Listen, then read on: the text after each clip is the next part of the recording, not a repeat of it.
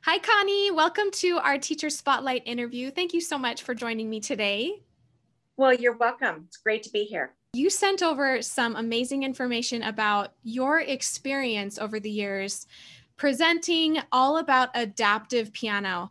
And I'm excited to get into this a little more because teachers they're encountering more and more, maybe not more and more, but occasionally have a student who is on the autism spectrum. And this is what you specialize in. And I'm so excited to have a discussion about how teachers can incorporate some creative methods to really help change the lives of some of these students. Something that fascinated me was the statistics on how many children are likely in the autism spectrum. And why is it important for teachers to realize that? It's important for them to realize because they're already teaching some on the spectrum. They just don't know it. They just think it's possibly a difficult child or someone who's not looking at them, or their hand position is so crazy and they can't seem to perceive how to have a hand position. All these little cues are things that are part of a child that's on the autism spectrum, or even just neurodiverse. It might not be just spectrum, but it's how the brain works. And so it's so important to understand that you have a little laboratory right here. And as you sit and you watch each student, don't look at what you have to correct. Look at how there's telltale signs of how their brain works. And that's your first thing. It's just like, this is interesting, instead of, oh no, I have to correct this. Yeah. That's so great. I think sometimes I hear teachers say that student is, and they label them difficult, or that student has a lot of energy. What would you say? Is there a conversation that this teacher can have with the parent when they first notice some of these signs about, some of those things where they have a lot of energy or they lack attention?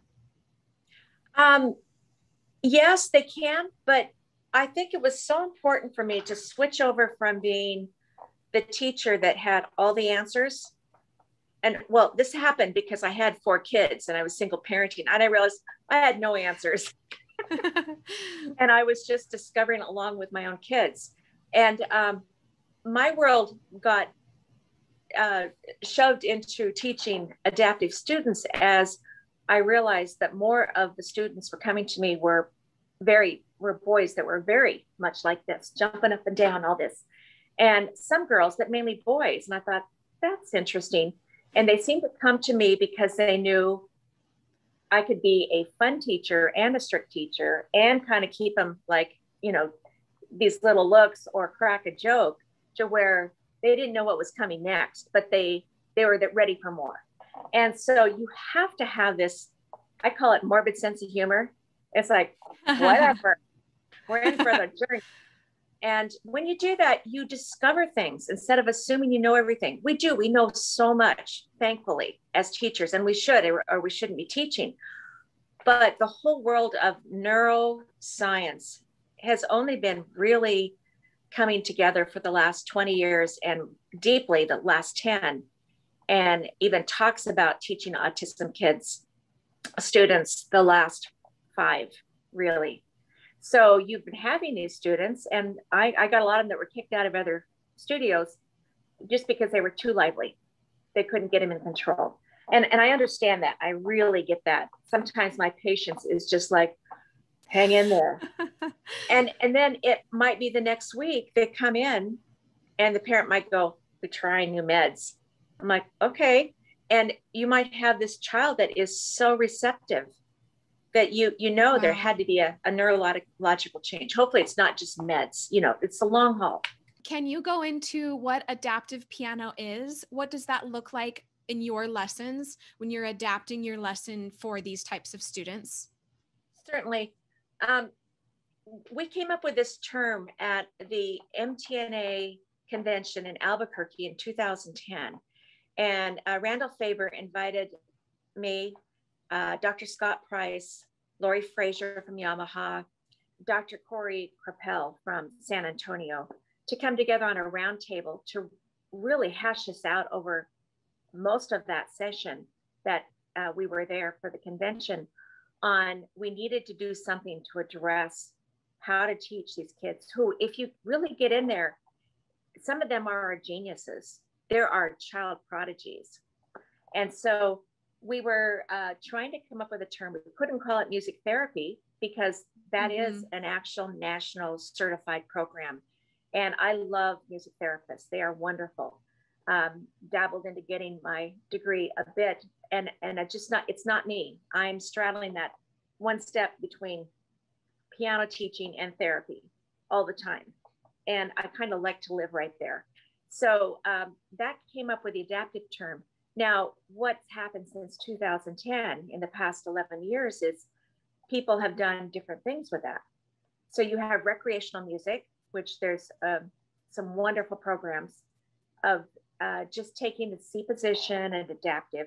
I have that program, Way Too Cool, by Deborah, forgetting her last name. I just saw her the other day on something.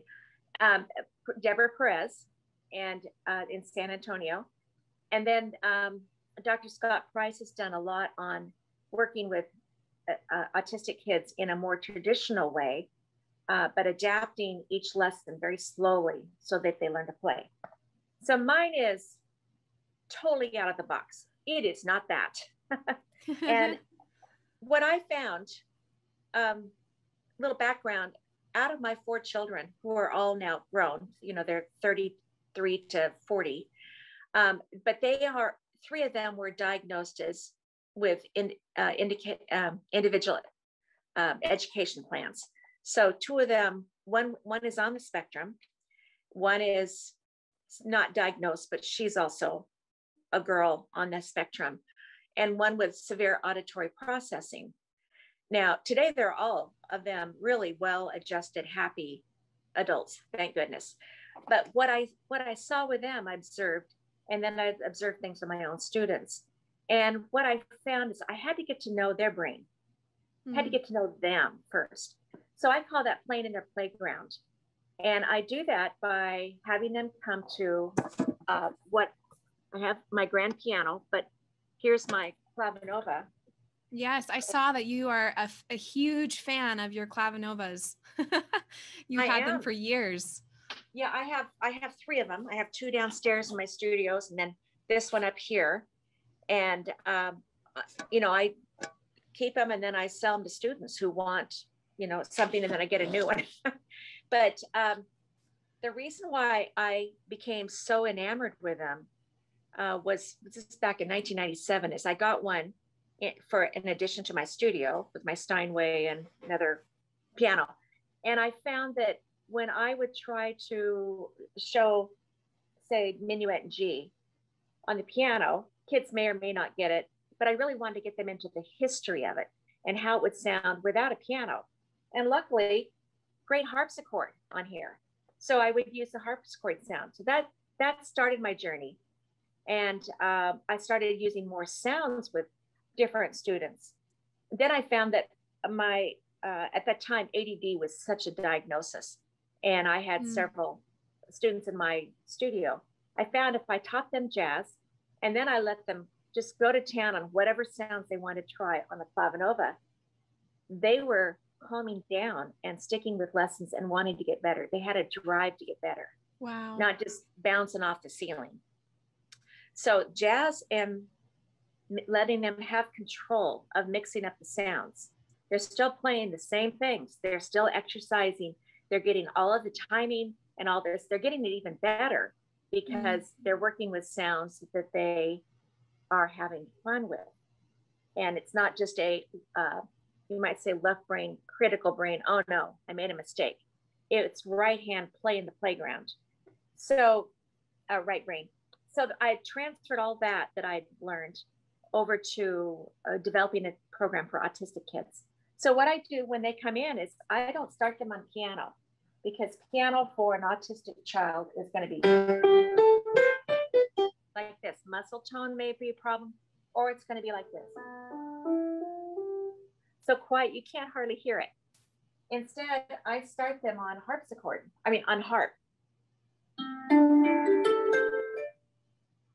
And I found that I did a lot of reading about this too, but I found that when you're introducing harp, guitar, and pipe organ first, they come Wow. in, they've already had a transition of walking in the studio.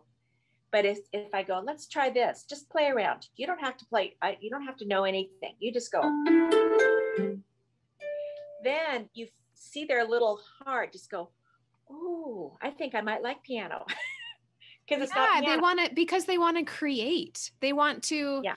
be a part of something and channel that, what's in their heart, like you said, like what is inside them. And I just love what you said about getting to know them and playing in their playground. And I think that is something that we should be thinking about with every student. We With often everyone. don't, because we have an agenda and we have how we were trained or how the previous student learns. So we forget we have to, I love your philosophy of being out of the box, but really take a lot of time and energy towards this one student who is so different from the previous one. Well, that's just it. They're all different, and yet we're all human. But you might find that you have maybe somebody has two different students on the spectrum, autism spectrum, they want to try. And don't ever think you have it figured out, that it's a one size fits all, because it is totally not. You might have someone come in. One of mine, his name is Kaisha, and he is a 6-year-old, 7-year-old now, 7-year-old Chinese boy, and came in with his mom, and she's like, "Okay, be quiet, be quiet." And he's talking. He walks in my door nonstop. So he's of the sort of the what we call the little professor. He comes in trying to educate me about how to play the piano. So I could go, "No, be quiet. You're in my studio." But I would shut him down. He doesn't know me yet. This is a transition. He's nervous. And so after years and years of many times making a mistake or saying the wrong thing, I know to be quiet and let him talk, but then say, "It's nice to meet you," and interrupt it a bit, "Come sit here." It really is therapy. Yeah, it really is therapy. You're putting yourself aside and you are trying to tune into this child and what they need. I would love to hear, what do your goals as an educator look like when you're working with a child who has a different path, who has a different way of learning? How does it differ perhaps from what the traditional teacher might teach to a traditional student? What are some of those milestones you hope to hit, or maybe you don't hope to hit? What are some things? At first, with autistic kids, I may not know, or even someone with Down syndrome or something else, ADD. I may not know at first. So I'm not going to have an agenda the first month. I may not have it the first 3 months. But what I'm doing, I'm creating a safe place for them to love music. That's my first goal. So that's the goal, is love of music. Yeah, love of music.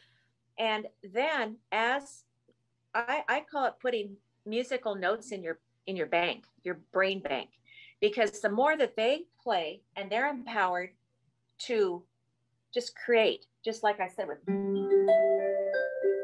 with that or with guitar, or if I know that there's a word that we have in autism called perseveration. And it's what you also see in like 2 and 3-year-olds, where they want to do the same thing or read the same book over and over and over and over and over and over again. Well, many, not all, but many people on the spectrum perseverate. And some shows in the past that were huge perseveration shows were Thomas the Train. Minecraft is huge. Video games. There's some other shows. Oh, I had one. She's now 35, but one I worked with for many years, and her mom's a good friend of mine. But The Sound of Music, I tell you, she must have watched that 100 times, and she was hooked on history. So there's many times there's something they become very, very good at. Hers was history. So the potato famine back in the days of the VDD, or what do they call them, the tapes, VCR tapes. They rented that from the library so many times they wore it out and had to buy a copy for the library. And then they wore that one out. So this had for like 5 years. Wow. And this is not unusual. They will, students that are on the spectrum will have something they perseverate on. Now, if you have music with that, that's good. So then you find a MIDI file. If you have a clavinova, find a MIDI file that has that song. So Clara Cowbell, I think, from Thomas the Train. I had to learn that piece, and I orchestrated it for one of my students who needed to play it. So what I did was just play, I orchestrated it, and then with clavinovas, you can have a guide channel where it lights up, and they can just play that one note, and then they get the whole orchestra with them. So that's amazing. There's so much you can do with technology. And I mean, the way that smart pianos, especially the Yamaha clavinovas, they are so smart. And I mean, the options and the ideas are really endless. If you are a creative teacher and you have, that space to really create things for your students, there's so much you can do. There is. And that's it, is you want them to interact with music. So you want them to play around with sound. You want them to hear music. But then if you find something that they love, then you want them to engage in that. And for the child that can actually, what this is really good therapy is, as they see the lights, for example, let's just do a real quick. And you can then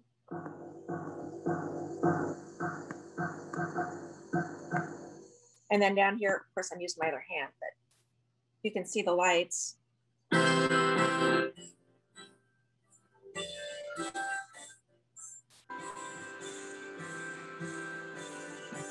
But then if you have someone who is nonverbal, not very tactile, you can put that on any note, and they could literally play any note on here. And I'm just going to show you this one thing, because this some of them wanted to learn music so bad. So now here's the same song.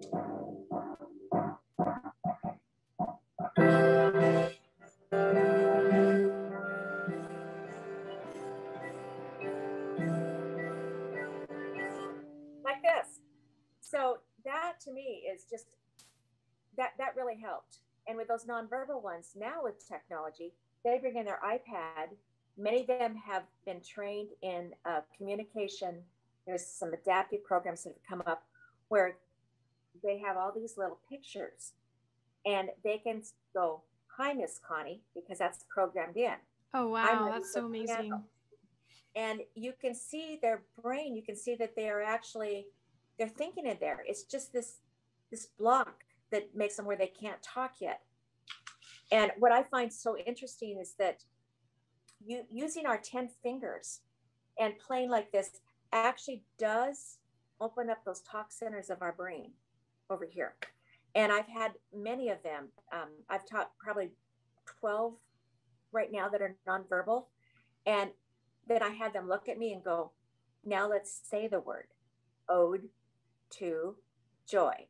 And it starts to form, ode to joy. And okay, that was good. Let's do it again. And then they get a sticker or something, so wow. It's all about what can we do as inventive ways to help these students. And so this is my miracle tool. It helped me come up with so many ways. I'm thinking about the parents of these students and how thrilling it would be as a parent of a child who struggles. And as a parent, you just want them to have joy. You want them to be happy and have an outlet. Do you have any? I know you probably have hundreds of stories of feedback you get from parents that just make you go, "I love my job. I love doing this." Are there any that kind of stick out in your mind that are, favorites to you? Well, like you said, there's so many. I've been doing this work now for 20 years, I guess. I think I really started launching into teaching autistic kids in 2001, or maybe 2000, probably 2000. but one current one I have is I have this little darling boy. I started him when he was 5. He'd already had a teacher. He'd had a teacher in China. He and his mom came over because his brother is going to college. And that's another story. He's a miracle baby. He was not supposed to be born under China's laws of only one child at that time. It was right in that cusp of when they changed things. Anyway, they live here and they have a house. And so the son goes to school online right now. And this little 5-year-old who's darling did not do well in any kind of education system in China, very much looked down on if you have anything wrong with you. They come over here, they find him in an adaptive program for him in preschool, and he's already playing the piano. So they have a teacher with him who's a music therapist, and she's actually got him reading music too. And he's just unhappy. She's not letting him play things fast enough. So they found me through another student of mine. And I've had him for a year and 2 months. In that time, he's gone from level 1 of the Piano Venture series, if you know that, to level 4. And we are working on piano literature 5? book. He's now 6. Oh my gosh. So cute. So, and it's been all online for the most of this time. Wow. And so I give him time to jump and wiggle around. And then, he's been doing some amazing jazz pieces in the performance book. I have him in all 3 books just to, slow it down a bit. And we need to go to online lessons pretty soon. I just got my vaccination, so that will be happening a bit. In person? Yeah, in person. Yes, sorry. But that'll not be all of our lessons. That'll be just like once or twice a month. So he's now, but his mom said, oh, by the way, he also plays church music, and we listen to Christian music only, and he knows how to play Amazing Grace and all of our songs. I said, Daniel, play them for me. Oh no, I can't. They're for my mommy only. Oh no, just play them for me. So he not only plays, say, Amazing Grace, he plays this beautiful interpretation of Amazing Grace he's come up with in his head. So then his mom says, would you play one you made up for me? And it has got the, wow, lovely styles like, I'm going to go.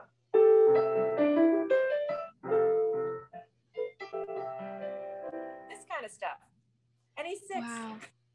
So, but I'm glad to have them. I'm so grateful because this is a child that is a precious treasure. It's important not to squash his spirit, but to let him go at his own pace. Because the problem the other teacher made was she tried to slow him down based on his age and everything. I get it, but not one like this. You have to let them soar. And what I call catch their stride.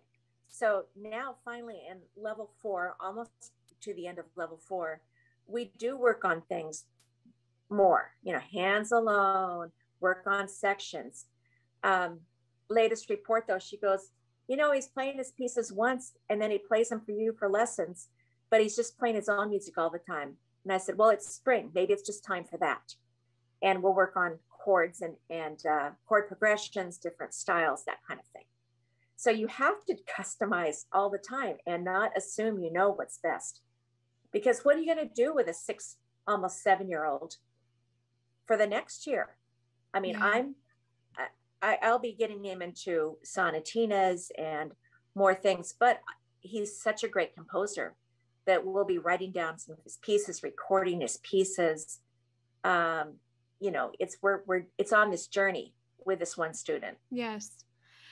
Oh, that is the best story. I think it's inspiring to hear that the difference from when he was with this previous teacher to, the shift. And not that she's probably very gifted and has an amazing education, but your philosophy on being open and listening to the student and letting them soar is what made the difference. I would love to hear, we're about to wrap up. This has just been so much fun, but I would love to hear for the teacher that is nervous about adaptive piano, these ideas, maybe they have only taught on an acoustic, but they want to get a clavinova or a digital piano, or they know they just have this, feeling that they need to adapt more for a student that came to their mind while they were listening to this. What would be a few things you would say to them to just get started that might not feel overwhelming for them? Well, with a lockdown, I haven't been using all these tools. There's a lot of things I can't use on here because they're not on a clavinova, they're on an acoustical piano, and that's okay. It's helped me. So I would say the best thing you can do is be thankful for all you know. Read some about what it's like to be an autistic child. There's a couple good books by kids about what it's like, and you can read all the literature from adults, but get into the kid's heart. And then as you play, just observe more and observe with an open heart and go, that's interesting how they hold their hands. That's interesting. They want to talk all the time, and work with them as a person first, and play a lot for them. Play beautiful music for them. Play their songs, but maybe play something else going, I think you would like to hear this. So you kind of lighten it up a little bit. And what you want is going back to, you want them to love music and you want them to be drawn to playing the piano for the rest of their life. So what can you do to make that happen? Have them on your acoustical piano, explore the soft pedal. It's amazing how the kids, and especially people on the spectrum, are so good at technology. Some of these are 6 and 7-year-old programmers. They're just so hooked in. So use the technology you do have. Show them the strings. Maybe let them pluck the strings on the inside, not drop anything in there, but pluck them. And show how the middle pedal, if you've got the middle pedal, how it holds one sound while you play big things. So engage them on whatever instrument you have and show them more than just how to play the piano. Get them interested. Getting them right. interested first before we go into our, because I think so often I personally might define my success with a student by how many songs they're going through, or, we just have been trained that way. They come in, we have the technique and the theory, and you feel good when they're progressing. But have I even listened to them, or have I even asked them a question, or shown them the soft pedal before, their second year of piano? What are those things that could be really fascinating to a student that we just gloss over and we forget can be a fun way to introduce them to the instrument? And don't think of it as wasting their time. You're not. You are strengthening that bond between them and you, so that when you do say something, they listen more. The other thing I do is, especially with the autistic students, but anybody, is like, what are you passionate about? And you might not use those words much, but if you listen and go, what do you do when you're not playing piano? You might find that some of these kids on the autism spectrum, they're math geniuses, a lot of them, or they are amazing artists, or geography, they probably know more than you do, or history, they probably know more than you do, or architecture. One fun little story is one of my now former students, he's now 25-year-old autistic child, came in my house the first time. They'd moved here from Virginia, stood right in the hallway, looked out the window and said, I'm facing northeast. Yeah, there's a ways from where he was to over there. And then he had to map out my whole upstairs. He said, may I have permission to walk around your house? I said, only the upstairs. I knew where this was going. I did prep by the parents. So he did. He walked through the kitchen, walked through the dining room, through the living room. He said, may I have permission to walk through your bedroom? I said, yes, but not the other bedroom. And so he walked through mine. I have a hot tub room, and then out. He walked through that. And then he went home and he built my upstairs in Legos, in his Lego room. So this is why you don't say no, but you give it boundaries, but you don't always say no, because you don't know what this child is doing. They're gathering information like crazy, and they probably won't say it in words. Words are not typically an autism spectrum child's first tool. And when they are, it's pretty rambling and meandering, or trying to tell you something or teach you something. So it's not going to be that. It's a different process of perceiving information. And it's so fascinating. You will learn so much to help all your normal students. Really, I've learned so much. It makes me a better teacher for typical students too. Oh, I have learned so much from this. Thank you so much, Connie. Where can teachers learn more about you and your presentations? Do you have a website or a Facebook page that they could connect with you some more? Yes, right now, Mercer Island Music, I'm building my own because I've got a lot of music I'm composing, I'm getting out there too. But mercerislandmusic.com is my studio website. And you can tap into me. You can email me at that site also. And I would be happy to talk with you and give you more information about this. I also have a video of teaching these students that would be very interesting. I'll send that to you, Carly, and we could see how maybe that could be used too. And it shows me teaching some of these students. Great. Yeah. I will link some of those resources below so that teachers can have access to that. Thank you, Connie, so much for your time. This was so wonderful. You are so welcome. It was so nice to see you in person.